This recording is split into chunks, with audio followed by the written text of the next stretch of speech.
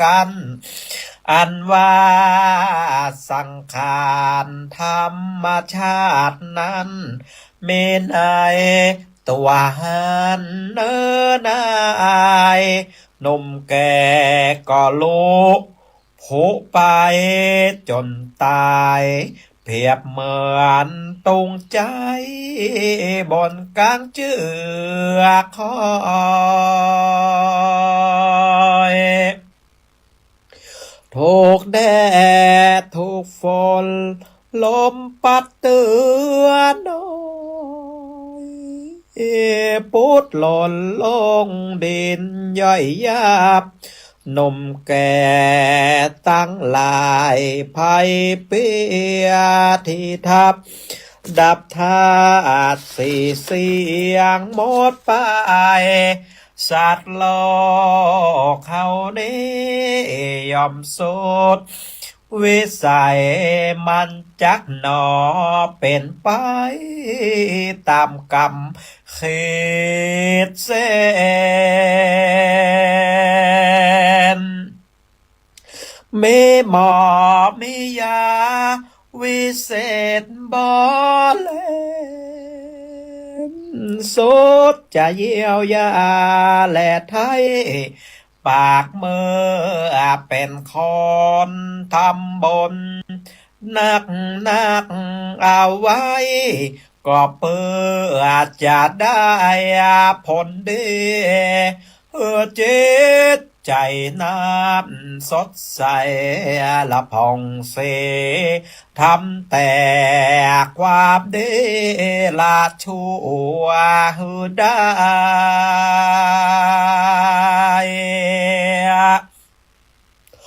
ชั่วและดีเป็นเหมือนเตียตาย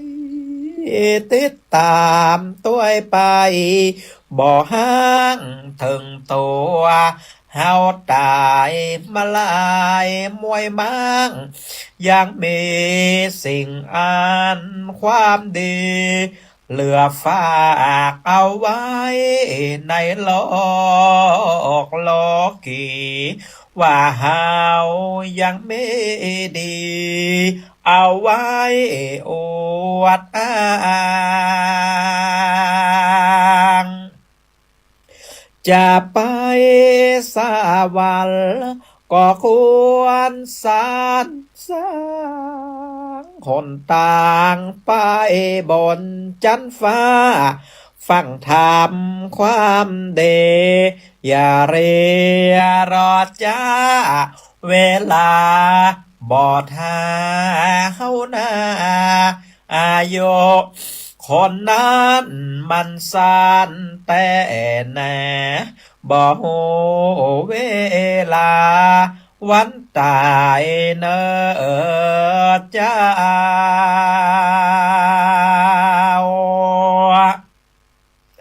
เล็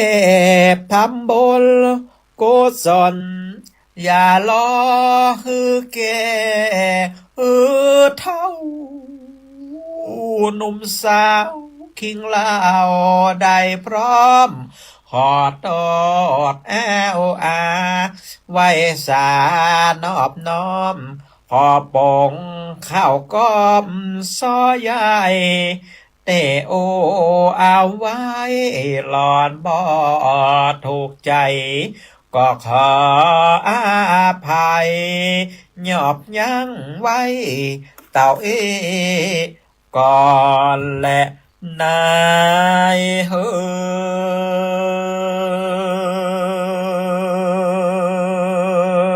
ยขอกราบนอบน้อมปูจาเอาคุณแห่งองค์สมเด็จพระสัมมาสัมพุทธเจ้าพระสัทธรรมเจ้าพระอริยสังฆเจ้าเอาไว้เนื้อกระหม่อมจอมหัวขอความสุขความเจริญในธรรมจงมีแก่ท่านบรรดาคณะศรัทธาญาติโยมนักศีลนักบุญพ่อแม่พี่น้องท่านผู้ฟังทั้งหลายตึงยิงตึงใจตึงหนุ่มตึงเท่า วรโอกาสบัดในอัตมภาพพระครูปริยัติธรรมาวุฒิเจ้าอาวาสวัดหนองยาวตำบลเวียงอำเภอเวียงป่าเป้าจังหวัดเจียงไฮ้หรือที่ศรัทธาญาติโยมห้องกันว่าพระมหาสมชาตินันทธรรมิโกวัดหนองยาวก็คนเดียวกันนั่นเนอะศรัทธาญาติโยมก็ได้มาพบปะกับบรรดาศรัทธาญาติโยมเป็นประจำทุกวันเสาร์วันนี้วันเสาร์ที่5 กรกฎาคม 2567แหมบักกี่วันจะเข้าพรรษาแหมแล้วศรัทธาญาติโยมเท่าไปแหมปีแก่ไปแหมปีอายุวาสาก็เพิ่มไปแหมปีแต่ว่าท่านศรัทธาญาติโยมทั้งหลายได้สร้างคุณงามความดีกันหรือยังชีวิตของพวกเราทั้งหลายแก่ไปแก่ไปแก่ไปเราทำอะไรกันบ้างนะสร้างบุญกุศลไว้กับชีวิตของเราแล้วหรือยังก่อนที่สังขารทั้งหลายศรัทธาญาติโยมจะร่วงโรยและก็ดับขันไปในที่สุดเข้าใจไวๆเนอศรัทธาญาติโยมทั้งหลายเรียบสร้างคุณงามความดีสร้างบุญสร้างกุศลเอาไว้เป็นข้าวห่อเอาไว้เป็นเสบียงติดตามตัวเฮาไปในภพชาติหน้าซึ่งเฮาก็บอกว่าชาติหน้ามีบ่ฮู้แต่เฮาเตรียมตัวเอาไว้เป็นดีที่สุดดีกว่าบาทำอย่างสักอันสักอย่างจากนั้นในช่วงของเข้าพรรษา3 เดือนขอเชิญชวนศรัทธาญาติโยมงดเหล้าเข้าพรรษาตลอดจนถึงให้ทานรักษาศีลเจริญเมตตาภาวนาร่วมกันณวัดไกลบ้านบ้านไผบ้านมันไผคนใดบัดสะดวกไปวัดเจ็บป่วยโดยโรคาภัยพยาธิทั้งหลายทั้งปวงก็สมมติเอาบ้านเป็นวัดศรัทธาญาติโยมโต๊ะหมู่มาตั้งพระเจ้ามาตั้งจัดธูปเทียนดอกไม้พยายามฝืนกายใจของตัวเก่าสวดมนต์ไหว้พระเจ้าสวดมนต์ไหว้พระตอนบ่ายสวดมนต์ไหว้พระตอนเย็นก่อนรับก่อนนอนอันนี้ก็เป็นการสร้างบุญสร้างกุศลเอาบ้านเป็นวัดเอาวัดอยู่ในจิตใจของศรัทธาญาติโยมได้นะเอาละศรัทธาญาติโยมวันนี้อาตมาภาพได้ปุจาราชธรรมเทศนาแบบเปิ้นเมืองเหนือเรื่องหนึ่งเมชื่อว่าเสือตายเสือนอนจะได้นำมาเทศนาธรรมคือกับศรัทธาญาติโยมได้สดับรับฟังหลังจากนั้นก็จะได้สรุปเนื้อหาสาระที่สำคัญในธรรมพวกนี้ศรัทธาญาติโยมได้เข้าอกเข้าใจและหลังจากนั้นศรัทธาญาติโยมติดฟังทางสถานีวิทยุคลื่นสีขาวเนาะก็ก่อยโทรศัพท์มาตั้งหน้าใหม่เบอร์โทรศัพท์วัดหนองยาว0820496971อันนี้เธอเบอร์โทรวัดหนองยาวแต่ก่อนที่จะเทศน้ำเทศธรรมก็ขออนุโมทนาบุญศรัทธาญาติโยมติดตามทางเฟซบุ๊กทุกผู้ทุกท่านบ่ว่าจะเป็นวัดบาลุกาลามอำเภอแม่ริมจังหวัดเชียงใหม่โยมเป้สุภาพรแสนคำลือบ้านหนองยาวแม่อุ้ยน้องแฮกเกอร์จากบ้านป่างิ้วโยมวิลาสินีดีโกอันนี้ไก่พ่อง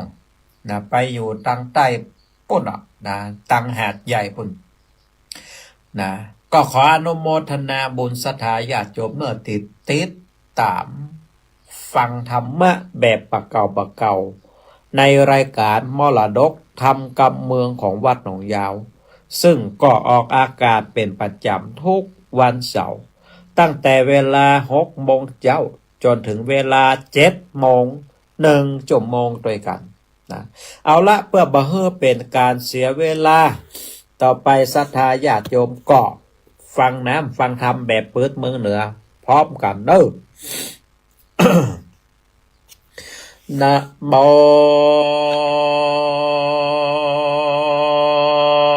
ตัสสะภะคะวะโต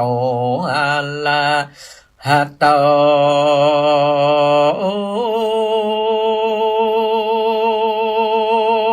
สัมมาสัมพุทธัสสะ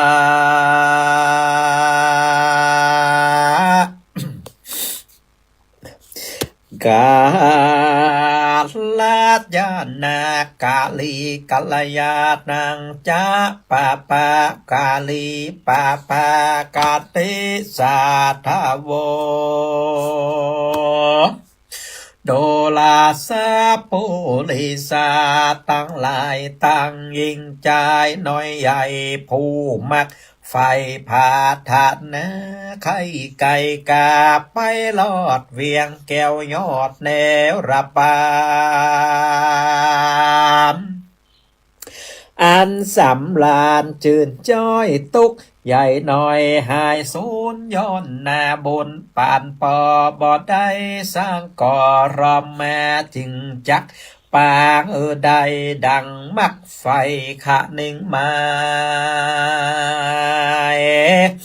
เหตุนาตันตั้งหลายมวลโมจึงมาจุบนุ่มอยู่พร้อมหน้าเพื่ออยู่ถ้าฟังธรรมเพื่อจักจำชื่อไว้แล้วกอดใกล้เอานายเพื่อให้เป็นโคมไฟตามส่องเฮือหูจ้องต่างเดใดหลีกนี่ต่างโก้งบ่หลงหลงสงสารขออาจารย์ปู่ป่าพร้อมทวนแนวจุงจักดาฟังที่เอาไปที่สอนใจลำดับไปนาบาดนี้แดดเตอเตเนจักวันนานากล่าวชี้ถึงอคติตั้งสี่ก่อนแลผู้เม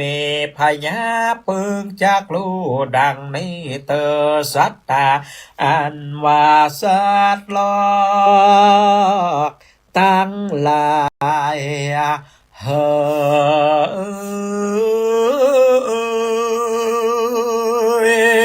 อันเวียนว่ายเวียนเกิดเอากำเนิดในสงสารบ่เป็นการมันเตียงโลบิดเบี่ยงไปมาพองนั้นนาเมอคติอยู่ในใจดังจักไข่บอกเล่าได้หูเก้าทัดทองพ้องลำเอียงปองบ่อผ่อนหลักจอบและเพิ่งพาใจ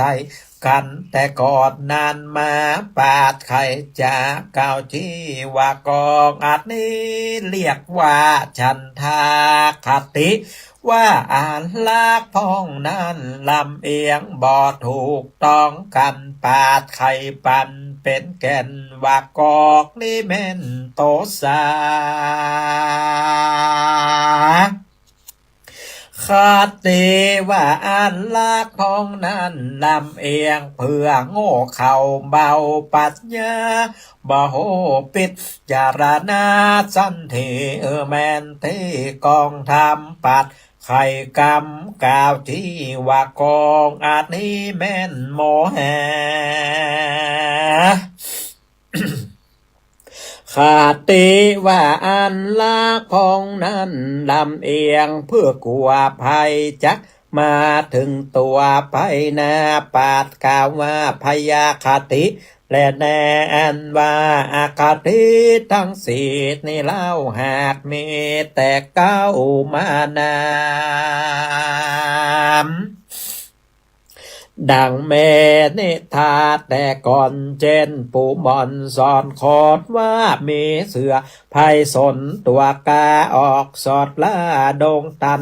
ยามตะวันเที่ยงคอนแดดท้อนเหลือใจก็เตี่ยวไปที่ไก่จอบพวกใหญ่บาดเดียวลงนอนเร็วไว้วาดเอาแหงฟาดดินดานดินสนานสะท้อนไปรอดบอนไปในมีงูภัยป่าเจ้าคืองูเห่าดงดำ เมปิดยำหลายแหล่พองนอนแผ่ปลายในมันมีใจร้ายโหดย้อนความโคตรเครื่องกากบพดออกมาที่ไก่ตอดเสือใหญ่บัดเดียวแล้วรีบเปลวลงสู่ยางที่อยู่หูมามเสือดงตันตัวกาลวดความแนบเมื่อมอ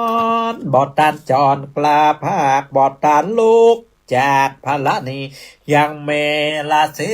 ตนหนึ่งเล่าดันป่าเศร้าพดแม่แหมเสือมอละนามวยมอดมีใจรอดผ่านเนจึงเสกมนดีใส่ไม้แล้วตีเสือใหญ่สามหนเสือภัยสนตัวใหญ่ก็ฟื้นได้บาดเดียวโลกขึ้นเร็วบอจ้าดาจีป่าดงดอนว่าเราพ้องนอนแท้ใจ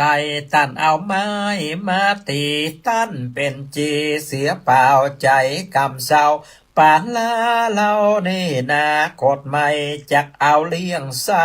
บัดเดียวบ่หัวเหลียวปิกปอกบ่ไว้แต่ออกคืนหลังอย่าได้หวังจากหลอดพ้นจากขอดเมื่อมอนจีดงดอนบอกเล่าตั้งแต่เก้าสุดปลายเสือลายตัวใหญ่หูแจงควายตามมีเสือดงรีตัวถอยบ่เชื่อถอยจีภัยเต้าจากไข่คำลาบจักกันกาบสันเดียวเจดงเขียวบอกเล่าว่าดูลาเสือเทาดงแน่สองเหล่าลาดนี่ใส่บอกหูควายสัจจังกวนถามยังผู้หูเฮือกาอูตัดความตามก็แงมแบบเบาห้อยเก่าเดิมมาการกูดนี่นาไม่โตดอันลายโหดกวนตาย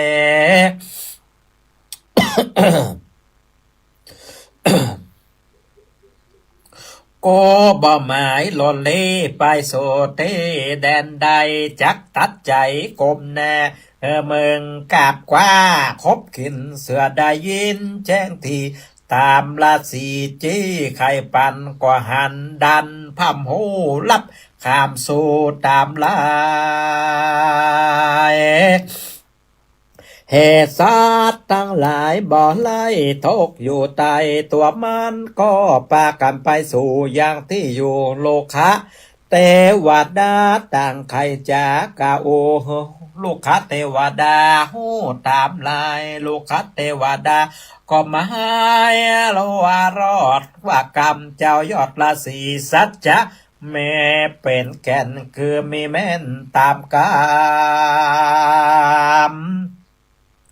ส่วนเสือโดกดำนี่ใส่บอกเกิดควายหันคนตะวันมนุนกูไหวเฮยอยู่ได้เมิดมาคือดงนาดนี่เล่าเมเสือเฝ้าอาศัยคนอยู่ไกลและไกลบอกมาตัดไม้ดงแน่ลูกะเทวดามอนโมจุงได้อยู่สัตว์เด การเสือหนีภาคนายอมบ่มีป่าภัยสนเหตุว่าคนน้อยใหญ่มาตัดไม้ดำนาลูกค้าเทวดามวดหมู่ลวดบ่มีตีอยู่อาศัยกูควรไขบอกเล่าเฮอเสือกินเจ้าละสีกันเสือเมอยู่ไกลกูก็อยู่ได้เหมือนไปมันก็ใจดันสอดขานิ่งรอดไปมาลูกค้าเทวดาปากวางข้อกล่าวอ้างตัดความว่าเสือดกลาบนี่เล่ากวนกินเจ้าละสีย้อนเสือนอนดีย่างย่อนอยู่ในบ่อนเฟื่อยบางบอกกึดหวังต้องพายจากเนี้ยไล่คนเดจีตองภัยมาไกลเอาคอนใหญ่บุกตีพิษป่าเวทนี้แบบเบาแห่งนักปวดเจ้าเดิมมากาโลคาเทวดาป่าไม้ก่าวเสียงควายสุดกำจีดงดำป่าเศร้าคือว่าเจ้าละสีก็ใครว่าดีกาแค่ว่าแม่นเต้ว่าบ่แม่นเต้ตามลายแล้วบ่หมายตัวไตปฏิบัติควายตามกรรมเหตุผิดธรรมแบบบ่าวห้อยเก่าก็งามเราขอถามไปนะฮือบอสีหาเป็นตาลากันเขาจะแจ้งทีดังตานจี้กฎหมายก้อยหือเสือลายตัวใหญ่กินเราได้ตามใจ เจ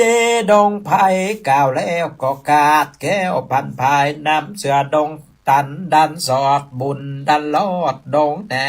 ก็ไปปะแหมจิ้งจอกจึงรีบบอกอาการฮือแหมดงดำตัวใหญ่โหแจ้งไว้ตามแม่แหมดงเลตัวถอยเกิดกาคอยในใจว่ากันเสือดงพายนี่เล่ากินอย่างเจ้าละสีเหลือซากมีค้างไว้เตี้ยงอิ่มใสตัวกูหลับมาจูหิมปากบอกกวนเหือพลากเสียสุมกวนเอาปุ่มเป็นใหญ่คืออิ่มใสเป็นเดมาดงลีจิ้งจอกก็บอกร้องกำไปว่าเสือดงพายนี่เล่าควรกินเจ้าละสีเหตุว่าจีป่าไม้บ่ตวยไตตามกองสินหมองมนเศร้าตีเสือเท่าหยาบนอนจีดงดอนฝากแล้วบอกกาดแก้วสังกาว่ามึงนี่นะกาวจีบอกแม่นตีกองทำกูตามกำบ่ได้ขอเสือไว้รอลาขอไก่กาไต่เต้าถามผู้อื่นเล่าทัดไปการจากขายเมียแล้วเจ้าตนแก้วลัดสีก็นำเสือหนีจากหันบุญดันดงนาเพื่อไปจากกาโอเฮอผู้หูตัดความก็เมวาดนั้นแหละนาโสตาปะโสอันว่าลาสีบุญใหญ่ปาเสือไตพันภายบ่อนานลายแต่ใส่ก็ปะงัวใหญ่ดงแน่จึงใครจากกาอูงัวป่าโอ้ตามเมหัวดงลีตัวใหญ่ก็เกิดควายไปมาว่ากำตาปะรัสาก่าวแก่เตียงมีแต่เดทีเหตุละสีจุโพยองตั้งอยู่ในธรรมส่วนเสือดงดำนั่นใส่ไข่กินเจ้าละสีจึงไขว่าที่จ้าถอยอันเป็นถอยมุสาโกอยู่แม่วันคำแต่เจ้ากัวเสือเท่าดงลามกันจักตัดความกล่าวแก่ว่าละสีควรแป้เสือลายย้อนเสือตายมวยมอดตั้งใจจอดพานีเสกมนดีเป่าใส่เสือจริงได้ขึ้นมาเสือปลาลา หยาบจ้าเตียงกับกว่ากินกูเหตุมาจูอยู่ไกลนี่บ่ได้ตากได้ควรเอาใจมันไว้เพื่อเฮือใดสวัสดีงัวดงเลตัวใหญ่ขาดเน่งไขว้ไปมากก็จริงจากกล่าวที่อันบอมแมนตีกองทำว่าเสือดงดาบเนเล่ากวนกินเจ้าละสีย้อนเป็นเจป่าไม้บ่อตัวไตตามกองป้อยทาลิปองคำลาผมขนาบพิงสายังศาสนาน้อยใหญ่หือฮ้อนไม่ถาโลนจาติว่าคนนี้โสดใจร้ายโหดเหลือลายเอางัวควายไปใจไทยยังไล่แลนาพองเคขาหลายหลากใส่ล้อลากบุบตีพ้องกาลีหยาบจ้าเอาหลับซาแกงกินบ่อาทินเกิดไว้ถึงคนน้อยใหญ่เดิมมาเหตุนั้นนาเสือเทาควรกินเจ้าละสีใดตีบุฟฟาดฮือเสือเจ็ดปาดกายแยเสือดงแหน่ฟังแล้วใจผ่องแผ้วยินดีจักกินลาสีปากกว้างตามไฟอ่างคานิ่งในจีดงไพบอกเล่าว่าดูลาเสือเทาดงแหน่งัวไข่จ๋าเก่าที่บอมแมนตีตามทำกูขอนำไปสู่เฮอผู้หูทัดไปขออดใจไว้ถ้าอย่ารีบกลับกว่ากินกูขอถามดูทวนทีเฮอครบสี่เป็นหมายกันกูควรตายมวยมอดก็จักตอดกาแย่เฮอมึงนี่นากันกาบเกี่ยวสวาบตามใจการจากขายเมียจอดตนแจวลอดลาสีก็ปาเสือหนีจากหันบุบุญด้านดงไผ่บอกเมื่อเท่าใดแต่เล่าก็ป้าวอกเท่าดงแดดจึงใครจากาอูฮือวอกหูตามแม่วอกดงเลตัวใหญ่ก็เกิดไข่ขันหนึ่งในว่ากรรมจีไพกล่าวอ้างเที่ยงบ่ห่างเสียธรรมเกิดเป็นกรรมมันแก่นซาดจาแม่นดีลีกรรมเสือดงเลบอกเล่าเที่ยงเป็นกรรมเป่าโมซาตะวะกูนี่นาอยู่สร้างในปากกว้างดงตันตกคืนวันเอาไม่กลัวเสือหลักไปเอากินจากลงเดชเย็นยากกลัวเสือลากเอาไปกันกูไข่กาวจี้เฮอแม่นตีตามทามว่าจีดงดำเน่โสดบอบไม่โตสันได้เสือดงไผ่หยาบจ้าเตียงกับคว้ากินโกกวนเอ็นโดตัวเก่าอย่าหือเขามอลนาวอกดงนาตัวถอยก็กล่าวถอยพิธรรมว่าเสือดงดำนี่เล่ากวนกินเจ้าละสีย้อนเป็นจีป่าไม้บาดตัวไตตามกองสินมองพุดขาดเอาไม้ฟาดเสือนอนวัดเดิมอ่อนแต่ไทยบอดใจใส่ตุ่มวางวอกดงควางเก่าแล้วเจ้าต้นแก้วละสีก็ไขวาดดีกาบแค่ว่าบ่แม่นแท้ตามทำกูตามกำบ่ได้ขอเสือแย้งไว้รอลาขอไก่กาไต่เต้าถามผู้อื่นเล่าทัดไปการจากไขเสียงขอดตนเจ้ายอดละสีก็ป้าเสือนี่บอจ้าเอาไปแน่เป็นไม้บอนเมินลายแต่ใส่ก็ปะกระต่ายใหญ่ดงดำต่างไข่กำกะอูกระต่ายอูตามเมกระต่ายดงเลตัวฉลาดก็หูควาดหันใส่ว่ากำลาสีไข่กาวแก่เตียงมีแต่ตามทำส่วนว่ากำเสือเทาเป็นกำเปล่ามุสาเป็นกำจ้าร้ายโหดเอาโตแต่คุณบอกว่านุนเสือหยาบสร้างบาปเมินไปกันคันหนึ่งนายเมียนควายกระต่ายใหญ่ดงแน่ ก็แซงจ้าบอกเล่าว่าดูลาเจ้าละสีตั้งเสือดงเลตัวกาอันไว้แนบมาหาได้ไข่จ้ากะโอเฮาความในเรายังสงสัยนะแกบอดแจ้งแน่กับตากันจักจ๋าออกปากเยี่ยวพิษจากกองทำจักเป็นกรรมบาปลายตัวตอบสายปลายลุ้นวางอาบุญไปแน่กลายเป็นบาปกาจากไล่ข้าขอไปเล็งพอแจ้งต่อตาตม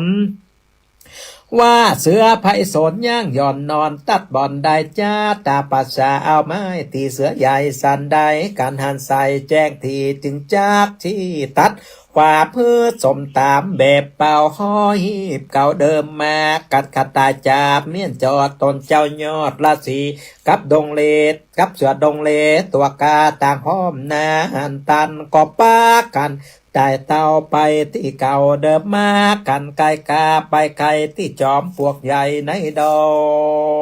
งเสือนอนลงไว้วาดเอาหางฟาดดินดาดแล้วไข่การกาที่วาดนอนที่ในดีรับฝันดีแต่ใจจีป่าไม้หันก็เหลียวปันบอดจะเอาไม้ฟาดข้าบัดเดียวเสือจ่าเหลียวข่าวถอยบอดตันซอยสุดกามโง่หาวดำตัวสวกออกจอมปลวกมาไวตอดเสือไผ่บอดจ้าเสือลวดความแน่สับปันบอดได้ตัดยกย้ายเหือคดค่ายไปไหนจีดงไผ่ป่าไม้หันเสือใหญ่วำวายเอ็นตู้ลายแต่โสดมักไข่โพดเอาบนเสือตาล้นตัวใหญ่ลูกฟื้นได้เกิดมาจึงใจจ้าจึงไข่จ้ากระอือกระต่ายโอ้ความในกระต่ายก็ไขบอกเล่าว่าข้าแด่เจ้าละสีเสือกาลีนี่โสดหากลายโทษทารมบ่โหกุลสักหยาดใจหาวหาดเดือนลายละมันตายนอนซอกเราจุงปอกไปปันช่วยข้ามมันนั่นโสดเมแต่ต้องกดตัวมากระต่ายจับเมียนจอดก่อนลาเจ้ายอดลาสีแล้วรีบนี่คือสู่ยังที่ดูแดนตอนเจไพศาลยอดซอยก่อนละปล่อยเสือลายรีบพันพายเที่ยวทองคืนสู่ห้องศาลาเสือดงหนาบาปเจ้าก็ตายเน่าเปปังไผเบาวังเข้าไก่ช่วยเฮือใดเกิดมาย้อนปาลาใบบอดบอกเกิดลอดหันคุณก็เมและนาเนติตังขีญาสั่งวัดนาวิเศษจาห้องเหตุปรัตธรรมเตสนาเสือตายเสือนอนก็บังกอมสมเลศสะแดงเอาละสัทธาญาติโยมพระราชธรรมเทศนาเสือตายเสือนอนนะก็จบเป็นตีเสร็จเรียบร้อยแล้วนะหูตามึงมังมาดูนี่นะแต่ทำ35 นาทีบ่ได้เต้าถ้าเป็นสมัยก่อนเนี่ยต้องกำ2 ผูก 3 ผูกเนอสถาญาติโยมนะเนื่องว่าสังขารนะหูตาจมูกลิ้นกายใจเนี่ยมันเปลี่ยนไปตามสภาพของสังขารเนี่ยมันก็เป็นใจเอี้ยศรัทธาญาติโยมนะคำเขียมันแต่ลำไปก็บ่ได้นะสุขภาพร่างกายของเฮาก็จะเสียไปนะเสียไปก็ซ่อมไปเสียไปก็ซ่อมไปปุ่นอ่ะนะเต้าตายปุ่นอ่ะศรัทธาญาติโยมเหมือนกับรถเมื่อใหม่ๆเนี่ยมันยังดีอยู่ศรัทธาญาติโยมอยู่เมินไปอะไรตัวนั่นก็บดีอะไรตัวนี้ก็ลูกก็ปังเปลี่ยนไปเรื่อยๆจนในที่สุดก็ซ่อมบ่ได้ศรัทธาญาติโยมนะเอาละนะจะได้อธิบายเนื้อหาสารธรรมติเตไปตะกี้เนาะคนที่ฟังทำกำเมืองหัวเรื่องอันนี้ก็ท เข้าใจไปแต่ส่วนคนที่ฟังการเมืองบ่เข้าใจนะก็ฟังอธิบายเพิ่มเติมเสริมความรู้นะบทบาทบาลีตั้งเอาไว้ว่ากัลยาณกาลีกัลยาณังจะปาปะกาลีปาปะกันตินะบุคคลใดทำความดีก็ย่อมได้รับสิ่งที่ดีตอบเนาะและก็บุคคลใดทำบาปก็ย่อมได้รับบาปนั้นตอบแทนศรัทธาญาติโยมแปลคือเข้าใจง่ายๆ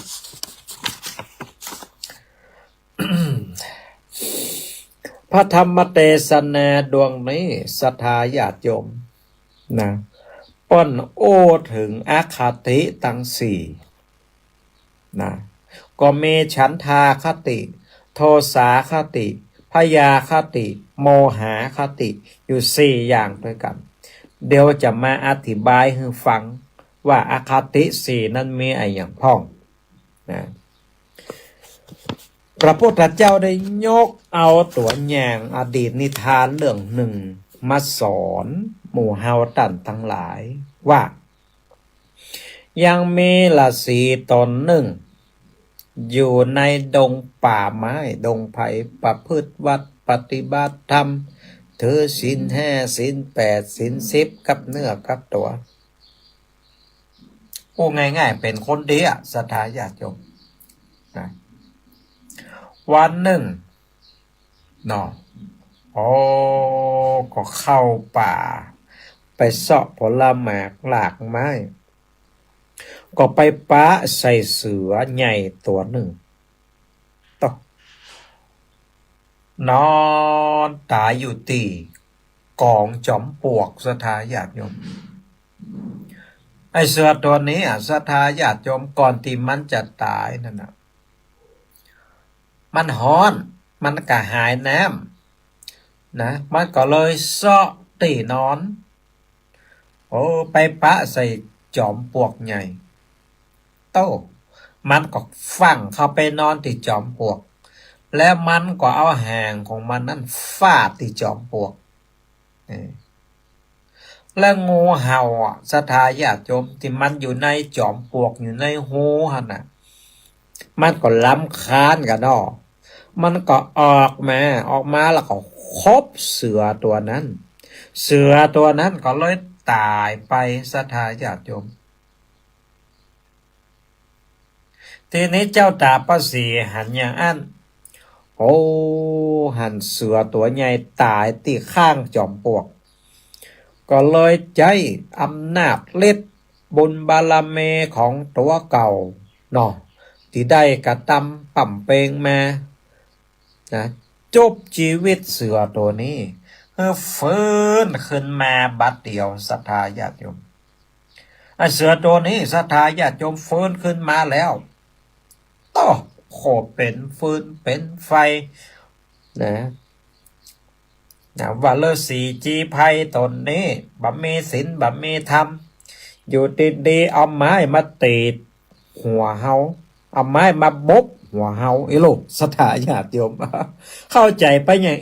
ศรัทธาญาติโยมเสือตัวนี้นะ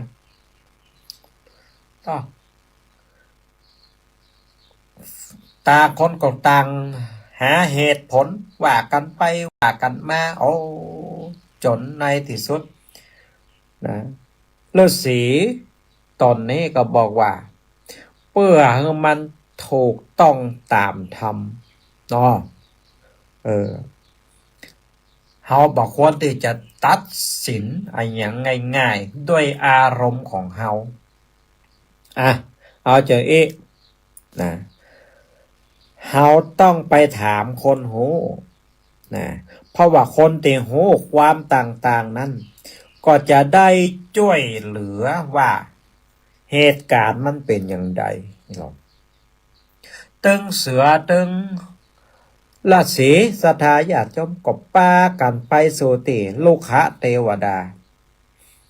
แล้วก็ได้อูจาเล่าเรื่องทุกสิ่งทุกอย่างคือกับลูกค้าเทวดาได้รับรู้ลูกค้าเทวดาก็รู้ละว่ากรรมของเจ้า ฤาษีเนี่ยเนาะเป็นกรรมติดแต่เป็นกรรมที่มีสัจจะแต่รู้แต่ว่าไอเสือดงดำเนี่ยบ่ฮู้นะบ่ฮู้กุลของเปิ่นที่เปิ่นได้มาช่วยนะแต่อันว่ามาเกิดแถมอย่างหนึ่งไอเสือตัวนี้เนี่ยมันเฝ้าอาศัยเนาะอยู่ไกลอยู่ใกล้นะทำให้คนบ่มาตัดไม้ในป่าในเขาอีโล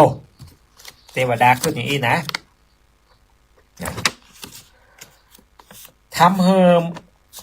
ตัวเฮาซึ่งเป็นลูกค้าเทวดาเนี่ยได้อยู่ดีมีสุขบัดถูกตัดไม้ทำลายป่านะกันว่าถ้าเฮาเข้าข้างฤาษีเนี่ยมันก็อาจจะมีภัยมาถึงตัวเฮาก็ได้อีโล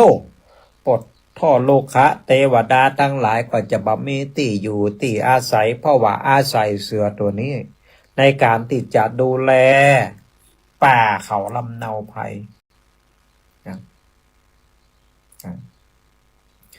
เมื่อเป็นใจแล้วศรัทธาญาติโยมโลคะเทวดานะก็กล่าวกรรมเข้าข้างว่าเป็นเรื่องแท้นะฤาษีตนนี้นะบ่มีศีลบ่มีธรรมนะเอาไม้เนี่ยไปบกหัวเสือนะเป็นเรื่องติดแต้นะเฮาหันอยู่นี่โลโมลุคะเทวดาเจ้าทั้งหลายก็หันอยู่นี่โลนะฤาษีตัวนี้นะเป็นคนที่บ่มีศีลบ่มีธรรมนี่โลโลคะเทวดาอย่างอันนะฤาษีก็บอกว่าโลคะเทวดานั่นนะเป็นคนที่บ่มีศีลบ่มีธรรมตามแบบเบ้าโบราณนะบ่เป็นหยังนะข้าแต่เสือพี่น้องเดี๋ยวเฮาขอไปถามแห่งสักทีหนึ่งเถอะพี่น้องนะถ้าถามแล้วนะถ้ามันเป็นแต่อย่างที่เขาว่าเฮาก็จะนอนให้เสือนี่กินตัวเฮานะเฮาขอถามหลายๆคนหลายๆที่นะหาเหตุผลหลายๆที่นะเพื่อที่จะได้โห่ความกันเพื่อที่จะได้เกิดความยุติธรรมอีหลงนะตึงเสือตึงฤาษีก็ป้ากันไปปะใส่หมาจิ้งจอกศรัทธาญาติโยมนะแล้วฤาษีก็เรื่องราวลำดับมาตั้งแต่เก้าสุดปลายแม่ตัวนี้ศรัทธาญาติโยมต้องเกิดได้อย่างอันก่อถ้ากันว่าเสือตัวนี้ได้กินเจ้าฤาษีนี่ก็จักเหลือซากจิ้นซากเนื้อเฮาก็จะได้อิ่มต้องลาบปากมาจูละบ่อีโลนะก็มาจิ้งจอกตัวนี้ก็เลยใส่ความฤาษีว่าฤาษีตัวเนี้ยมันเอาไม้ไปฟาดหัวเสือแท้ๆอีโลนะศรัทธาญาติโยมทั้งหลายไปเนี่ยจะได้ดีนี่ฤาษีก็จิ้งจอกตัวนี้นะเป็นสุนัขจิ้งจอกที่บ่มีศีลบ่มีธรรมนะอันบ่ได้นี่น้องเฮาขอแหมเตื้อเสือนี่น้องนะเฮาขอไปถามแหมสักทีหนึ่งเตอะนะเพื่อให้มันหูความนะถ้ามันเป็นแต่ยันเฮาก็จะยอมร่างกายของเฮานะเป็นอาหารของเสือนี่น้องเจ้าฤาษีก็ปาเสือไปก็ไปปะใส่งัวศรัทธาญาติโยม งัวป่าเจ้าฤาษีก็ให้งัวป่าได้ฟังว่าเป็นจะอันจะนะงัวป่าหูอย่างอันแล้วพุทโธธัมโมสังโฆนี่เนาะถ้าเฮา โอ้ความจริงเฮอกับเสือฟังเนี่ยเผลอๆนี่นะเนาะโอ้เสือนี่มันจะกินเฮาอะกะกินลูกเฮากินเมียเฮากะต้องกินบริวารเฮากะต้องเฮากลัวเฮ้ยบ่ไหวก็เลยตอบเสือไปว่าตาประสีหรือว่าราศีคดองค์ตนเนี่ยได้เอาไม้ฟาดหัวเสือแตะข้าก็หันอยู่แฮะศรัทธาญาติโยมเป็นอย่างเอี้ยมะเสือบ่มีเสืออันงัวป่าบ่มีศีลบ่มีธรรมแหมมะโอ้ไปเนี่ยจะใดนี่ฤาษีก็โอ้อันขอให้โอกาสข้าแหมสักครั้งเถอะขอให้โอกาสข้ามสักครั้งเถอะนะก็ปลาเสือเข้าป่าดงไพไปโอ้ก็ไปปะใส่กระต่ายศรัทธาญาติโยมกระต่ายตัวน้อยเดียวอันศรัทธาญาติโยมนะก็เล่าเรื่องราวตั้งแต่ต้นถึงปลายให้กระต่ายฟังกระต่ายก็พิจารณาไปมาว่าโอ้ท่านฤาษีองค์นี้เป็นคนที่มีสัจจะเป็นคนมีศีลมีธรรมได้ช่วยเหลือเสือแต่เป็นความจริงแต่ว่าเสือตัวนี้บ่ฮู้จักบุญจักคุณเปิ่นกระต่ายตัวนี้ก็เลยว่าเอาใจเฮาทั้งสามเนี่ยปากันไปติจุดเริ่มต้นเนาะจุดตีก่อเหตุว่ามันเป็นไปอย่างใดและเฮาก็ไปพิจารณาติหันว่ามันจะเป็นอย่างใดตึงละสีตึงเสือตึงกระต่ายศรัทธาญาติโยมก็ปากันไปตีจอมปลวกอย่างเดิมและก็ค้นหาสาเหตุไปตุบไปตีไปต่อยจอมปลวกโอ้ตุบไปตุบมางูเห่าตัวนั้นงูเห่าเนาะก็ออกมาออกมาแล้วก็มามาเล่าว่ากระเสือตัวเนี้ยมันนอนจอมปลวกนี่แล้วมันสร้างความรำคาญให้กับตัวข้าแหงของมันมาฟาดติจอมปลวกนี่ข้ารำคาญลูกงูของข้าก็กลัวอีเนาะ ก็เลยข้าก็เลยออกมาคบอ่ะกะโอ้ไปได้จะได้ข้าก็ต้องป้องกันตัวข้ากะนี่ความจริงถูกปรากฏขึ้นไอ้เสือตัวนี้มันโคตรงูขนาดทันใดนั่นเองศรัทธาญาติโยมด้วยกรรมที่มันสร้างกับคนที่มีศีลมีธรรมร่างกายของเสือตัวนี้ก็ล้มและก็ตายลงไปกลายเป็นซากเน่าในที่สุดศรัทธาญาติโยมความจริงก็ปรากฏขึ้นเป็นอย่างนี้อันนี้แหละศรัทธาญาติโยมก็เลยเป็นที่มาของคำว่าอคติสี่ที่อาตมาภาพได้วิสัชนาไปข้างต้นอคติสี่ก็หมายความว่าความลำเอียงที่หมู่เฮาตั้งหลายบอกความประพฤติปฏิบัติมันบัดใจคุณธรรมของคนอคติสี่นี่ประกอบด้วยฉันทาคติลำเอียงเพราะรักโทสาคติลำเอียงเพราะโกรธโมหาคติลำเอียงเพราะหลงและพยาคติลำเอียงเพราะกลัวเนี่ยศรัทธาญาติโยมอคติทั้งสี่นี่ถ้ามีกับคนใดศรัทธาญาติโยมก็จะเกิดปัญหาวุ่นวายเหมือนกับนิทานที่อาตมาภาพนั้นได้เล่าให้ศรัทธาญาติโยมได้ฟังตะกี้เพราะฉะนั้นเวลามีเรื่องเล่าอะไรอย่างต่างๆเกิดขึ้นในชีวิตของเฮาครอบครัวของเฮาสังคมของเฮาศรัทธาญาติโยมทั้งหลายควรตั้งมั่นอยู่ในความยุติธรรมเป็นหลักจะไปลำเอียงเพราะฮักจะไปลำเอียงเพราะโกรธจะไปลำเอียงเพราะหลงจะไปลำเอียงเพราะความกลัวที่จะเกิดขึ้นเอาธรรมะเอาความจริงเอาข้อมูลข้อเท็จจริงเอาความยุติธรรมเ เป็นหลักเอาไว้และความยุติธรรมอันนี้แหละศรัทธาญาติโยมมันจะช่วยปกปักรักษาเหตุการณ์ที่มันเกิดขึ้นต่างๆในชีวิตของเรานั้นเพื่อกลายเป็นเรื่องที่ถูกที่ต้องในที่สุดศรัทธาญาติโยมเอาละอาตมาภาพแสดงพระธรรมเทศนากอบพอสมควรแก่เวลาเนาะก็คงจะได้ยุติลงแต่เพียงเท่าเองต่อไปก็จะได้ฮับสายแนมไม่จากศรัทธาญาติโยมพ่อแม่พี่น้องทั้งหลายที่ฮับฟังตั้งสถานีวิทยุเบอร์โทรศัพท์บัดหนองยาว082 049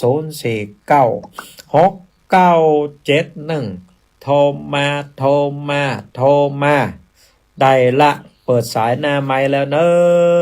ะ082 049 6971โทรมาได้ละเนอะฟังอยู่ตังใด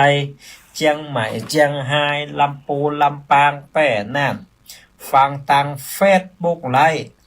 ซึ่งบัดเดี๋ยวนี้ก็มีโยมแม่ทุมมีดีโกโยมปอ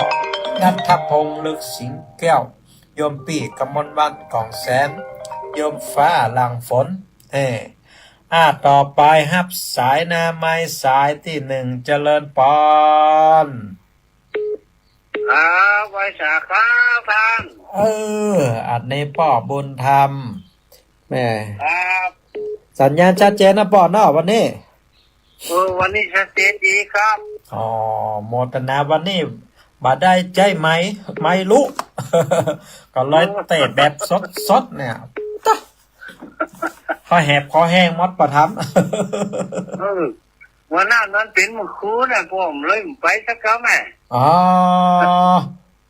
เป็นยังผ่านไปคลองเป็นดาวไว้เนาะแม่นมันฝากให้ฝากหอมมาแล้วก็บ่เป็นยังครับวันนั้นก็อันมาถึงวัดก็ประมาณ 5-6 โมงเหรอวันนั้นนะ6 โมง 7 โมงเหรอพอมื้อพอค่ำเหมือนกันแล้วก็พูดก็8 โมงละเดี๋ยววันหน้าวันตาอันมาร่วมงานอันเสือพอราชาตากันแหมกำเนาะประทับเนาะครับโมทนาเนาะประทับเนาะอาจารย์โต0820496971สายต่อไปว่าได้เจริญปอนไปฟังอยู่ชัดเจนกับแม่ชัดเจนเด็กเจ้าชัดเจ้าวันนี้ธรรมะธรรมโมเป็นจะได้พ่องเข้าใจก็วันนี้เนื้อหาสาระธรรมไปอยู่จะได้กับอนุโมทนาเนอะติดตามกันจ้าโตต่อไปแหมหนึ่งสายเจริญปอนไม่สาเจ้าค่ะก็คู่แม่น้อยเจ้าแม่โทษจากทางยายหาศพก็เจ้าศพก็วันนั้นแม่ฝากให้ฝากหอมมาแล้วนี่เนาะเจ้าจะได้กับโมทนาตังวัดจะได้ฮับเรียบร้อยแล้วเนอะเจ้าจะได้กับจาตุโมทนาบุญเป็นอย่างสูงที่ห่วมกันเจ้าเอาละจาตุเนอะจาตุต่อไปแหมหนึ่งสายเจริญปอนฮับละเนอแหมหนึ่งสายจากจังใยหากับสาธุเจ้ามาโทรมาจากทางใดหาแม่กำนวนอยู่ผมจะสอนเจ้าเป็นเมืองปานจังหวัดลำพูนสัญญาณชัดเจนตั้งเมืองปานแม่เจ้าชัดเจนดีเจ้าทางแดนดินที่ล้านนาเจ้าจะได้ก็อนุโมทนาบุญติดโทรมาหากันเนอะละอยู่ดีมีสุขเหมือนกันกับคู่กับคนเนอะจ้าโต082 0496971เบอร์โทรวัดหนองยาวเนาะสิแล้วบ่ได้ออกสักกรรมติดโทระงานขาวดำครูบาอาจารย์ นะวันนี้ก็เกิดเติ้งหาศรัทธาญาติโยมก็เลยมาออกอากาศเนาะเอาละศรัทธาญาติโยมเวลาหมดเวลาแล้วภายที่บัดตันเดี๋ยวก็โทรมาหลังไมค์ก็แล้วกันเนอะนะอาตมาภาพก็ขอนำรายการมรดกธรรมกำเมืองวัดหนองยาวจากลาศรัทธาญาติโยมไปแต่เพียงเท่านะก็ขอบุญกุศลที่หมู่เฮาท่านทั้งหลายได้ฟังน้ำฟังธรรมในตอนเมื่อเจ้าวันนี้นะทางวิทยุก็ดีทางเฟซบุ๊กก็ดีหรือทางช่องทางอื่นๆก็ดีก็ขอให้ได้รับธรรมะคือปัญญาแล้วก็ให้ได้นำธรรมะของพระพุทธเจ้านั้นไปประพฤติปฏิบัติให้เกิดเป็นประโยชน์ต่อตนเองและก็ต่อสังคมปะกันใหม่วันเสาร์หน้าเด้อจัตตาโลธรรมาวัฏฐันติอายุวันโนสุขังปะลังเจริญพรเด้อ